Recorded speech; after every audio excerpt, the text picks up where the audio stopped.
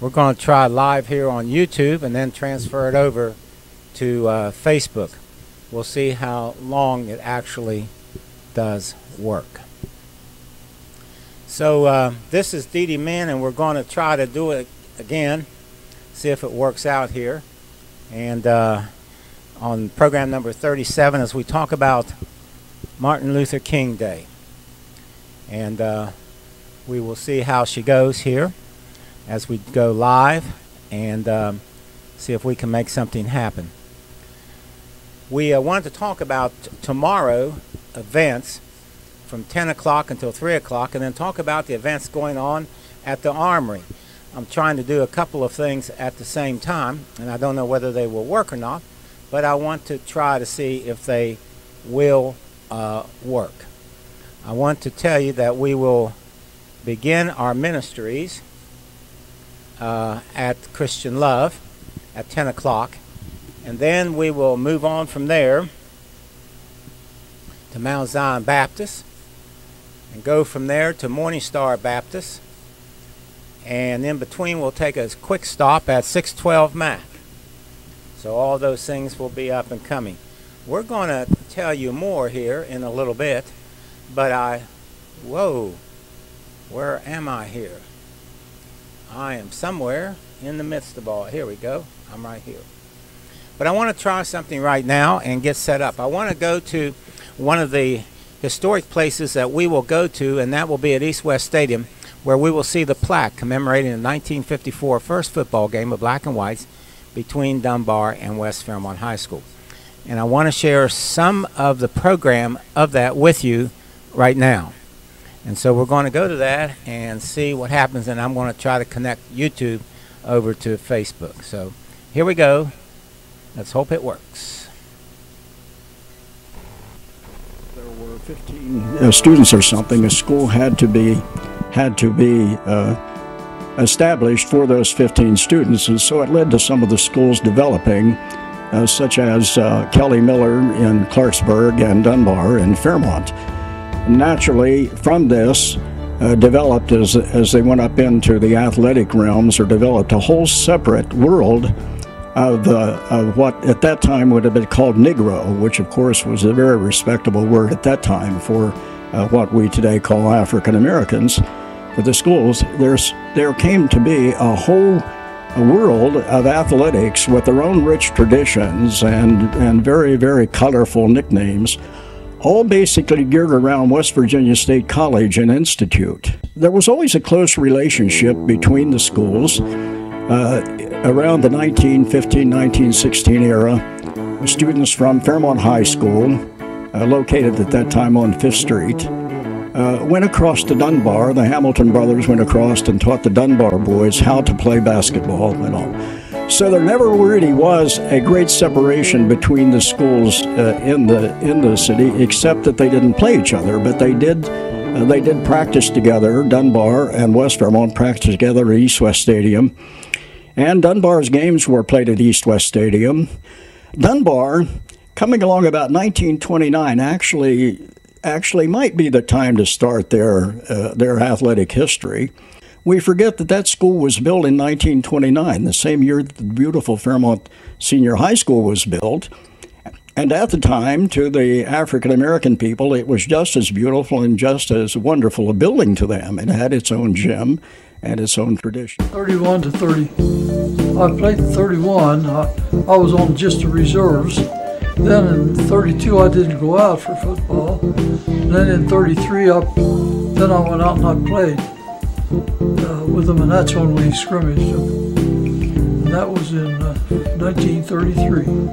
And tell us about Dunbar team practicing. They couldn't practice on the field, is that correct? Yeah, they practiced about where the pool is now. There was an area not quite as, maybe 30 yards wide, but it ran the length of the field. And at the lower end, next to where the field house, where we all dressed, where we dressed, West Fairmont, the reserves practiced, and then Dunbar practiced at the other end.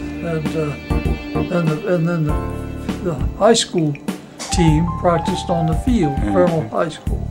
Yeah. And but we knew each other, and we rooted for each other. When we were playing, why, the Dunbar guys would be rooting for us, and when they played, well, we'd be rooting for them because we knew most of them. Come 1954, the Supreme Court passed the ruling that segregated schools would no longer be allowed in the nation. And so it created a real dilemma for this whole world of African American athletics in West Virginia. Many schools had the right to close their doors right at the very moment, but they also had the right to play for one more year. In Dunbar's case, two of the schools, Monongalia High School, formerly known as Beechhurst High School in Morgantown, and Riverside High School in Elkins, had opted to close immediately. And a couple of other schools, Kelly Miller, the great traditional rival for Dunbar, and Weirton and some of those also stood very tenuous. So for the students at Dunbar, there was a great problem. There was not even a certainty that Dunbar would exist.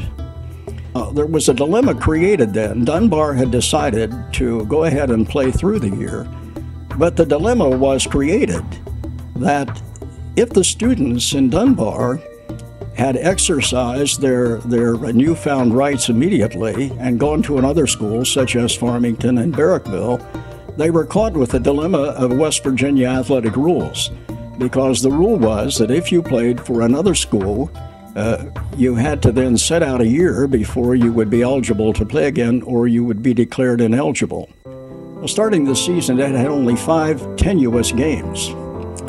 At Fairmont High School, Principal E.W. Malcolm looked across at their dilemma, with some great deal of empathy. And the year before, let me digress and say the year before, Dunbar, of course, had been the Negro State champions in West Virginia with a very, very powerful team. Fairmont High had had a 9-game schedule, but starting the 1954 season, Reesville had not renewed the contract, so it left Fairmont West with only 8 games and a September 30th free date.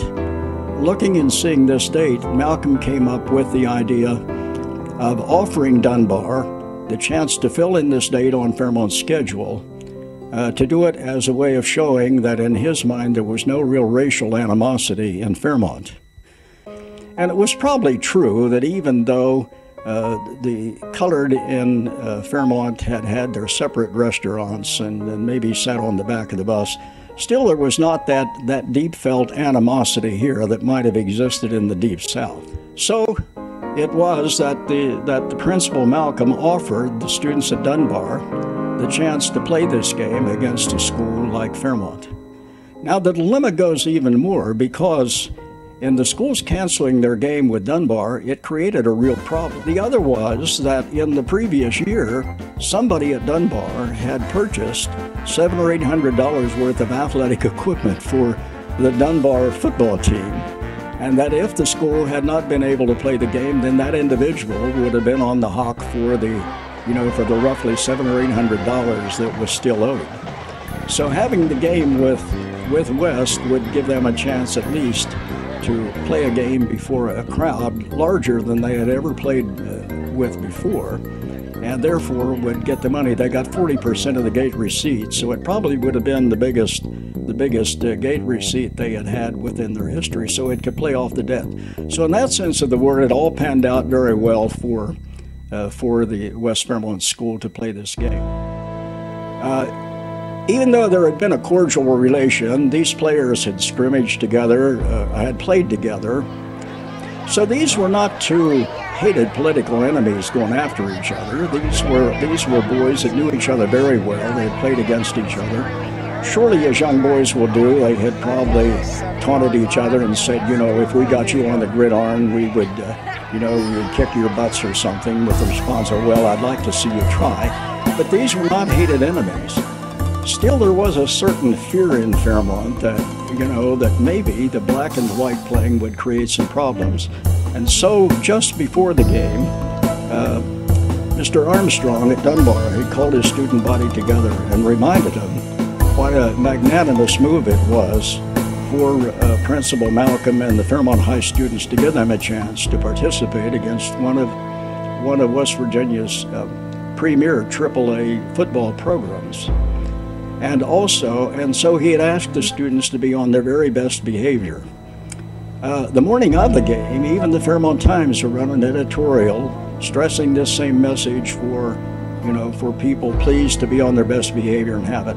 All these fears seem to have been unfounded because this game attracted about 5,000 fans and was played with all the sportsmanship and all that an East-West game would have been, and there wasn't a single negative incident.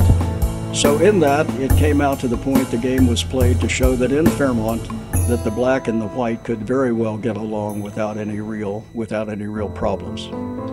But 2 days before the game, an injunction was ordered by Circuit Judge J. Harper Meredith against the protesters of the Annabelle School. And there was fear and concern throughout Marion County that the success of this game might not occur because of the tension that had occurred at Four States. Philip Tarley was in the 7th grade and was going to cross the picket line. He describes for us Four States at that time. He showed us the company store and described for us where the blacks had to stand to catch the school bus. There was.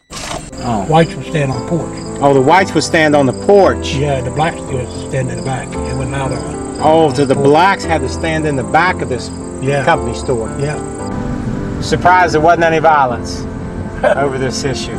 Oh God, it's crazy. It's really crazy. Were you one of the ones that went to school with the blacks, or was your parents protested also? Oh no, my dad didn't do anything. My mother and them didn't believe in none of that. It didn't make no difference what color you was, or how big you was, or what your nationality is. Nothing. They treat everybody the same. No, we didn't do that. So you went to school in spite of the... you went, but you couldn't get off the bus until Miller said that. Meredith, yeah. I mean, Meredith, take a right here. Okay. So you think the injunction by J. Harper Meredith put the fear of God in the protesters? Yes, he did. But boy, everything changed. Everything got quiet. I had a lot of friends, all the blacks and whites that played together and everything, Yeah. And the blacks knew what they could do and what they couldn't do, and there was no problem. I mean, it wasn't right, but that's just the way things was back in them days. So you had to live there, couldn't change nothing. And that's what we felt. You couldn't understand what the hell wrong with these people. And some of the officials were afraid that some kind of a riot would break out and so forth. I never forget, in those days, the city had an old rusted out panel truck they used as an ambulance. And if they had it free, they would bring it out to the East-West Stadium for a ball game in case somebody got hurt or something. If they didn't have it free, they just called them and hoped they got there. But on that particular night, they had it there, and they had a couple of funeral homes with their hearses there, just in case something broke out. And but as it happened, it was probably the most sensible game that you've ever seen.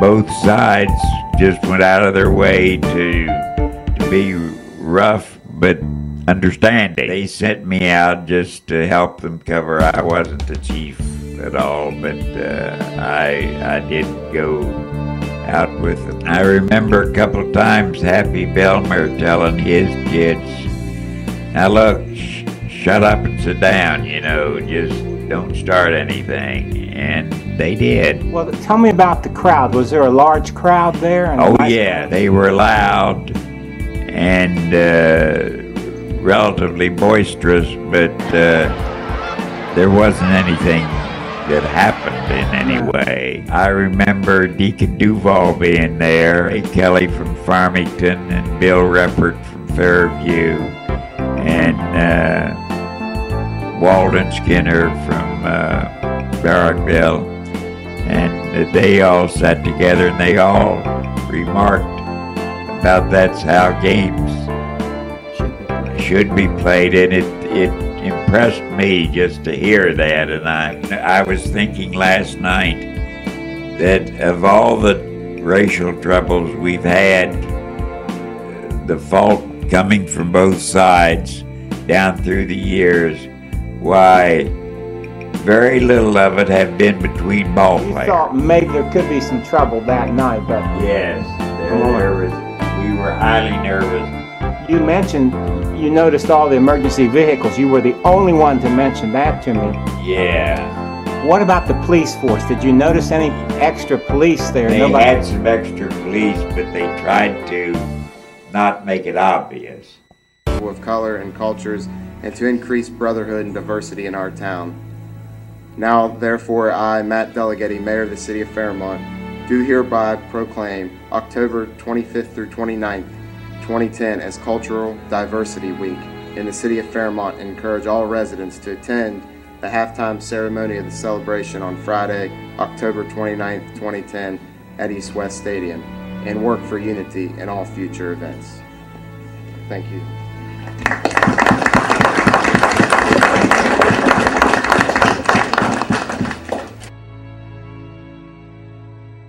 Thing I have to say about it, I'm glad there's somebody in here that remembers the game and as old as I am and know about it having been played. I'm like the fellow that wrote the letter. I remember the game, but I don't remember that much about it. That was a long time ago. I certainly don't remember anything about all of that he's talking about that was going on at the time, because we weren't thinking about race, and we weren't thinking about problems that they were having in 4 states, and the judge writing whatever he did down there. Judge Meredith having to threaten to put some people in jail. We weren't thinking about that. All we were thinking about was playing a football game. And we were thinking about it because we often played with one another up at Rozier Field on Saturdays and Sundays rather. And we lived in the neighborhoods with one another. Skip Delegaty lived right across the street from my grandmother, and I often saw and talked with him, and we played basketball behind Miller School on the weekends all the time. We didn't play one another in schools because the schools are segregated, but we had some good games behind Miller School and some good games up on Rozier Field on the weekends. So that's what we remembered, and that's what we knew, and because we knew one another, like Dee Dee said, we were trying to get some bragging rights here when we played the game. And we didn't know anything about all this other stuff. We weren't concerned about it. We didn't think there would be any trouble. We knew we wouldn't have any trouble. But it was the adults that were thinking about all this. And that's what I would say about that. 6-0 for a long time. But we got the ball, and John Fargo carried the ball most of the time down to the, and I forget who, Billy Morosco may have got the. Yeah, I thought that was interesting. Well, they may have only had a total of 100, but at times they marched all the way down the field before they would either lose the ball or not make their first down. But we couldn't get it in though. We'd just bring the ball down and would end up not scoring. Well, the ball game was, was really a great idea and a lot of fun. It was a lot of fun for me because I knew everybody on the other team, and a lot of the kids that were on West Side's team, teammates of mine, knew a large number of the other players too. We played sandlot ball and stuff. Well, on Sundays we always went up to Rozier Field and played, and there would be 8 or 10 black fellas and 8 or 10 white guys, and we would intermingle on the whites and blacks on each different team. it wasn't any problem. It really was a lot of fun. It really bothered me a lot. I lived on Spring Street, and these kids that were good friends of mine played football for Dunbar. They had to carry their equipment home. They went to the old fairgrounds, the end of Maple Avenue, and played.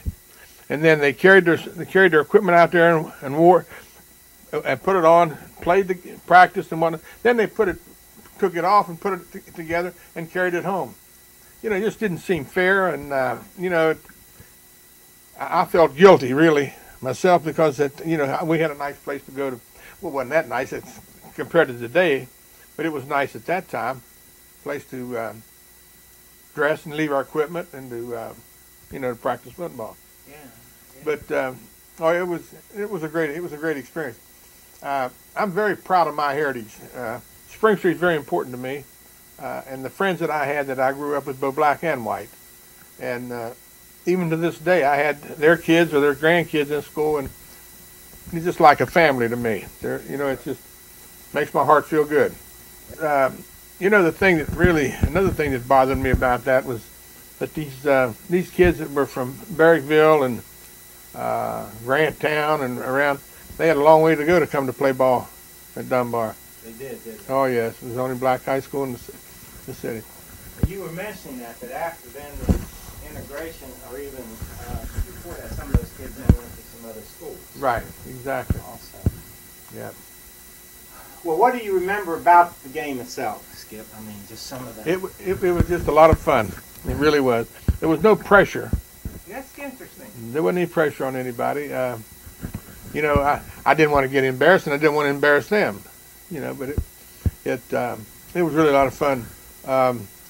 One time, Frank Horton and someone tackled me, and they drove me over the bench and spilled the water and laughed. They thought it was they got a big kick out of that. But you know, then later on, that game was, like I said, was a lot of fun, and we really enjoyed it and had a good time. But then when I was in college, I was at Potomac State, and I came back to play against Fairmont State, and Moses Goin and Flop, and some of those guys were playing at Thornton's, and they were playing at Fairmont State. And I got tackled, and my leg was sticking out of the pile, and I think Moses tried to make a knot, tied in a knot or something, and I hollered. And he said, "What's the matter, Delegati? This is a man's game. This ain't no boy's game." But Moses and I have been great friends for 50 years or more. He's always been a close friend of mine. And his brother Flop and Billy, his brother Billy too. But you know, those guys are still the same to me today as they were when we were kids. You know, they see you, they hug you like you, and you're very sincere. They care about your health and whatnot.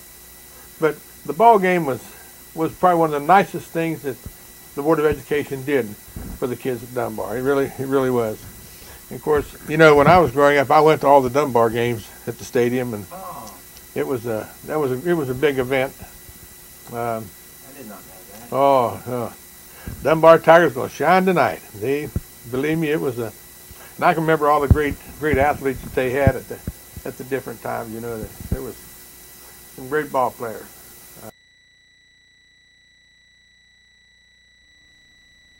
Yeah, we lost our quarterback to graduation.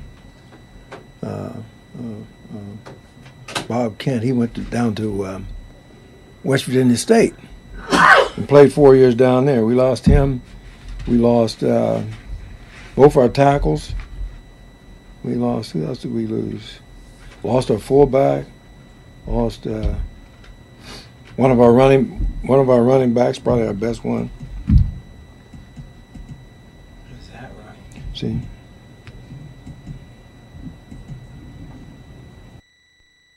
Melvin Hardy was a friend of his who kicked for us, who didn't get a chance to kick. Now, why didn't Melvin Hardy kick? Because at the extra point. Because it was decided that we were going to run the ball. But see, at that time, the coaches didn't send the plays in. Oh, they did? No, they not much anyway. What they did was the teams would practice on a week, set up a game plan or whatever it was, and then the quarterback called the plays on the field. Oh. Oh, so the quarterback was the coach on the field. Yeah, he called the plays on the field. And so coach didn't send anything in, and so we did what the quarterback called the play. I was in opposition to it myself because I thought it was a crazy thing to do. It was an off tackle play. It was between the tackle and the guard called 33. It was a fullback going through the number 3 hole, which is right up the middle. And I was in opposition to that. I thought we should do something with a little bit more finesse to it than that, But we did, and of course those guys submarined on us, and the linebackers went right over the top and got Moses and took him to the turf, and that was the end of that. Was Hardy a pretty good extra point kicker? Yeah, Hardy could kick. He could kick well. He kicked both ways. At that time, they did a lot of drop kicking. I don't know if you remember that or not. But at that time, so Hardy, he drop kicked, and he also kicked with his, he also kicked from a set position, somebody holding the ball. But if I'm not sure, I believe he had hurt it. I believe he had broke his leg or something like that. I don't believe he was able to kick. That's another reason why we didn't kick. Oh. Yeah, because I think he was injured. I'm not really sure on that.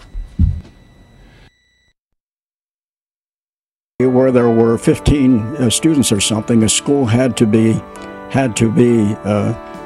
established for those 15 students, and so it led to some of the schools developing, such as Kelly Miller in Clarksburg and Dunbar in Fairmont. Naturally, from this developed as they went up into the athletic realms, or developed a whole separate world of what at that time would have been called Negro, which of course was a very respectable word at that time for what we today call African Americans. For the schools, there came to be a whole world of athletics with their own rich traditions and very, very colorful nicknames, all basically geared around West Virginia State College and Institute. There was always a close relationship between the schools. Around the 1915-1916 era, students from Fairmont High School, located at that time on 5th Street, went across to Dunbar. The Hamilton brothers went across and taught the Dunbar boys how to play basketball and all. So there never really was a great separation between the schools in the city, except that they didn't play each other, but they did practice together. Dunbar and West Fairmont practiced together at East-West Stadium. And Dunbar's games were played at East-West Stadium. Dunbar, coming along about 1929, actually might be the time to start their athletic history. We forget that school was built in 1929, the same year that the beautiful Fairmont Senior High School was built. And at the time, to the African American people, it was just as beautiful and just as wonderful a building to them. It had its own gym and its own tradition. 31 to 30. I played in 31. I was on just the reserves. Then in 32, I didn't go out for football. Then in 33, then I went out and I played with them, and that's when we scrimmaged them. And that was in 1933. And tell us about Dunbar team practicing. They couldn't practice on the field, is that correct? Yeah, they practiced. About where the pool is now, there was an area not quite as, maybe 30 yards wide, but it ran the length of the field. And at the lower end, next to where the field house, where we all dressed, West Fairmont, the reserves practiced, and then Dunbar practiced at the other end. And then the high school team practiced on the field, Fairmont High School. Yeah. And but we knew each other, and we rooted for each other. When we were playing, why, the Dunbar guys would be rooting for us, and when they played, well, we'd be rooting for them because we knew most of them. Come 1954, the Supreme Court passed the ruling that segregated schools would no longer be allowed in the nation. And so it created a real dilemma for this whole world of African American athletics in West Virginia. Many schools had the right to close their doors right at the very moment, but they also had the right to play for one more year. In Dunbar's case, two of the schools, Monongalia High School, formerly known as Beechhurst High School in Morgantown, and Riverside High School in Elkins, had opted to close immediately. And a couple of other schools, Kelly Miller, the great traditional rival for Dunbar, and Weirton and some of those also stood very tenuous. So for the students at Dunbar, there was a great problem. There was not even a certainty that Dunbar would exist. I didn't go to West Fairmont. You graduated? I graduated that year in '55. But I know that there were a group of kids, my brother included in them, who tried it at West Fairmont, but for some reason they didn't. We had a whole bunch of dropouts in the next year or two. Mostly all the boys. I don't know why. The girls pretty much went on and went to school there, but many of the boys dropped out of school that year. Like I said, my brother included rather. As a matter of fact, he's the first one in my family that was a dropout. And I remember we used to have an assembly, they called it. And all the kids would be assembled. And this Mr. Keister, the only time a white man ever spoke to us was when Mr. Keister came to talk to us, you know. Really? Yeah, he came once a year. It was like almost like the State of the Union. And he would come every year, and he would talk to us about education and about education in Marion County and why it was important to stay in school and all that other kind of stuff. But that's the only white person ever spoke to us over there at Dunbar, except I guess in the latter years. We started to get a few students from Fairmont State to do their practice teaching. I guess like the last couple of years we were there. You know, we started to get a few practice teachers there. My name is Sandra Waters Brown. I attended Dunbar High School in Fairmont, West Virginia in the year 1946 to 55. The school that I attended was segregated at the time, and the building was one large building with grades 1 through 12. In 1955, the schools were integrated. I was in my sophomore year, and I was a cheerleader at Dunbar for the 1 year. When the school was integrated, we went to a white school. They had a tryout for cheerleaders soon after we got there, and I decided that maybe I would try out since I had been a cheerleader at the black school, Dunbar. I was encouraged by a lot of my classmates to try out, and I did. Surprisingly, I was picked, but it was a time that I was very nervous and didn't know how things would turn out and how the white children would accept me. But everything went fine, and they treated me very well. And I enjoyed always being a cheerleader at Dunbar and the black school. I always had that school spirit and that team spirit. The football players were all very nice to me and treated me very well.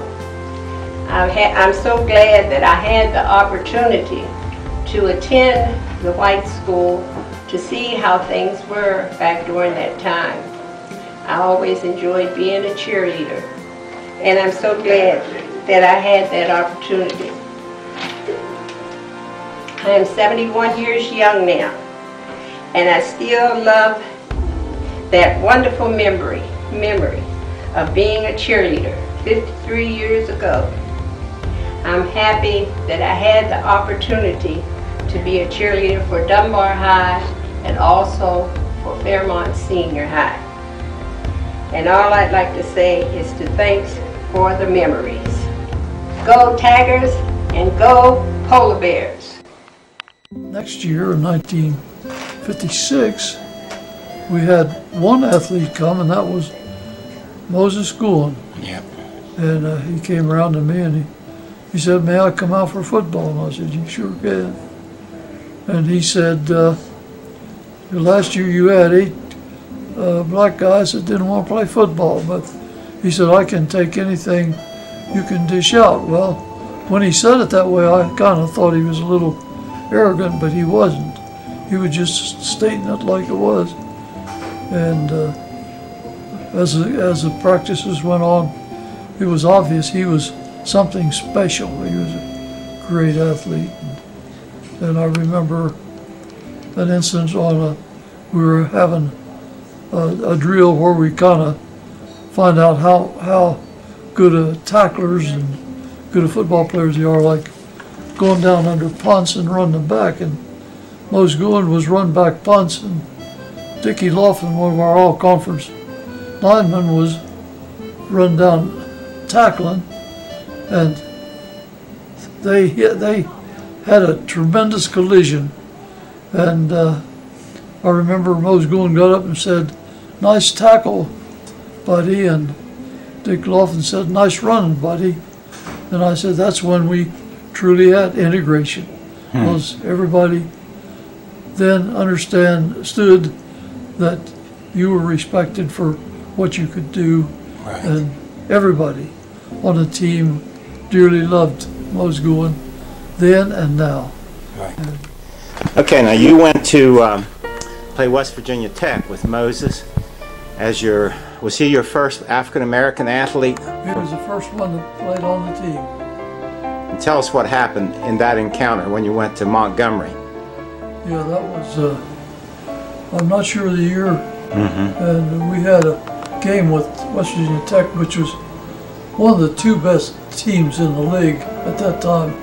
Morris Harvey and West Virginia Tech were really good teams. And my athletic director, Squib Wilson, was in the legislature along with being athletic director, and we were trying to work out a place where we could stay the night before the game. We would leave on Friday afternoon, get down somewhere near Tech, and stay in a hotel, and then be just maybe an hour from the game site, so it wouldn't be too hard to get to it the next day. Well, anyhow, while we were trying to figure, when I was asking Mr. Wilson, who did all the planning, of course he was the athletic director, but he wanted to check with me to see that we were both on the same page. He said one of his friends in the legislature had a hotel at Golly Bridge, West Virginia, which was not too far from West Virginia Tech. Right. And that looked like it was going to be an ideal situation for us, because we'd be close and we'd know where we were staying. So I said to Mr. Wilson, I said, I think you're aware that down in that area they're kind of southern, lean toward the southern attitude of integration. I said, they don't, some places down there they wouldn't take our black athletes in the hotel. And he said, well, there wouldn't be any problem. He didn't think with this situation at Golly Bridge. He said, I think he'll take black athletes. And that year I had 5.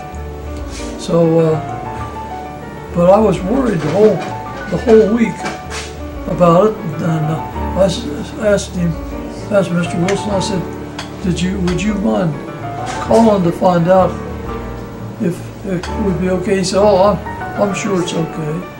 So anyhow, we left that Friday evening for Tech and really for Golly Bridge to stay overnight. And we were to arrive at the hotel at 10 o'clock. 10 o'clock in the evening. But we were about an hour late, about a half hour late. We got there at 10:30 because it had been raining and the weather wasn't that good. And so when we pulled up in front of the hotel, I saw a guy standing in the walkway into the hotel, And I just had a hunch that he was the manager of the hotel waiting on us. And so my athletes had been riding about 4 hours without a break, and they were anxious to get to the bathroom and so on. But I said, no, you all stay on the bus. I want to check with the manager if that's him, and it was. And so he said he was a manager, and I said, did Squib tell you I had 5 black athletes? He said, oh, no. He said, there's no way I could take any black athletes. And I said, well, I said, we're pretty well stuck. It's 10:30 at night. Do you know any place we could, that would take them? And he said, no, I don't. So I said, well, we're all going to stick together. And so we went to Montgomery, where the game was to be played, in that little town, and we checked 2 or 3 places, and they would not let the athletes stay there. They'd farm them out into black people's homes, and I didn't want to do that. And so I said no. And finally, about 3 o'clock in the morning, we found a place, and I've never ever remembered exactly where it was, but I remember the name of the gentleman that had the hotel and let us stay. His name was Hey Dad, and he welcomed us, and so we stayed there. But it was telling, because we didn't play very well the next day. Anyhow, we were very, very disappointed that in our own state that we couldn't all stay together in a hotel. I didn't go to West Fairmont. Wrong way. Okay, well, ladies and gentlemen, that was Deacon DeVault. Before that, Sandra Walters Brown and Larry Harton on 1955. From that time on, dealing with the West Fairmont Dunbar game and results later. Moses Gouen, who played for Dunbar, went on to become the first black athlete to play ball at Fairmont State College, now university. We want to move on from here, and where we want to go now is with a young lady who in 2014 I taped the Morning Star Baptist Church Martin Luther King celebration, as I had done in previous years also. Been involved in taping Martin Luther King events for about 15 years. But a young lady by the name of Shannon Fay sang a beautiful song called I Know My Redeemer Lives. And that will be followed by the congregation and choir of Morning Star performing Let Nobody Turn Me Around. I think you're going to love both of these selections. I know I did, so let's go to them right now.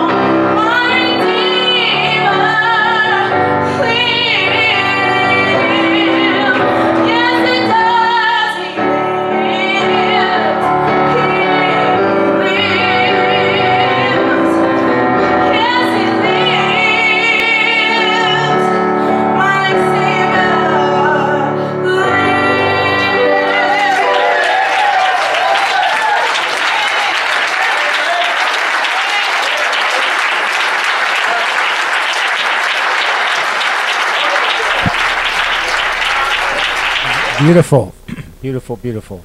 And another part of that particular day event at Morning Star Baptist was when a Freedom Medley was sung, and I got in on the last selection of it called Let Nobody's Gonna Turn Me Around. And I think you're really going to enjoy this brief portion of music. So let's go to that right now also. We ain't gonna let nobody turn me around. Ain't gonna let nobody turn me around. Turn me around. Turn me around. Ain't gonna let nobody turn me around. Gonna keep on walking and keep on talking. Marching on free. No, ain't gonna let nobody turn me around. Turn me around. Turn me around. Ain't gonna let nobody turn me around. I'm gonna keep on walking, marching on free. Ain't gonna let segregation, ain't gonna let segregation turn me around, turn me around, turn me around. Ain't gonna let segregation turn me around. I'm gonna keep on walking, I'm gonna keep on talking, I'm gonna marching on the freedom. Ain't gonna let no bigot, turn me around, turn me around, turn me around. Ain't gonna let no bigot turn me around. I'm gonna keep on, I'm gonna keep on, I'm gonna march on the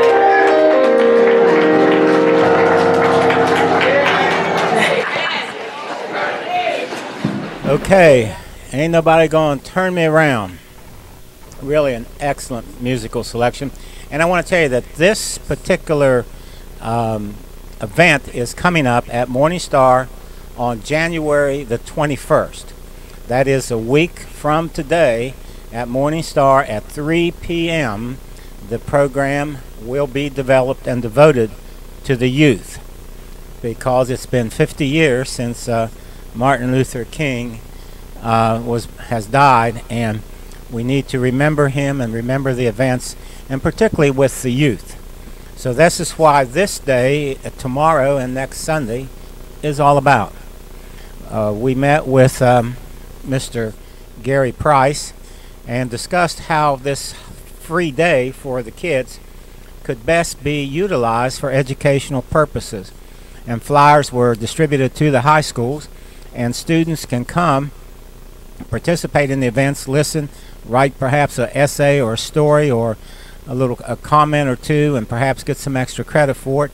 I've just been in correspondence with somebody as this program has been going on about doing that tomorrow. In fact, I'm going to be giving a tape recorder to a person and letting them go around and talk to the kids and youth about what they feel about what they've seen and heard so far. So it'll be a great day tomorrow. It'll be a great day on Sunday the 21st, and there'll be a lot of substance involved, and hopefully the children and youth of our Fairmont, Marion County area will learn a lot more about Dr. King and about Dr. Martin Luther King Day on January 15th. Well, before I go into the whole tour, I want to share with you the message that was shared in 2014. I am sorry, but it looks like we are done. Looks like we are done. So I'm sorry, I'm going to sign off now and hopefully see you tomorrow at 10 o'clock at Christian Love Ministries. All right, so until we meet again, this is Dee Dee Mann saying so long, everybody. Take care and be a blessing.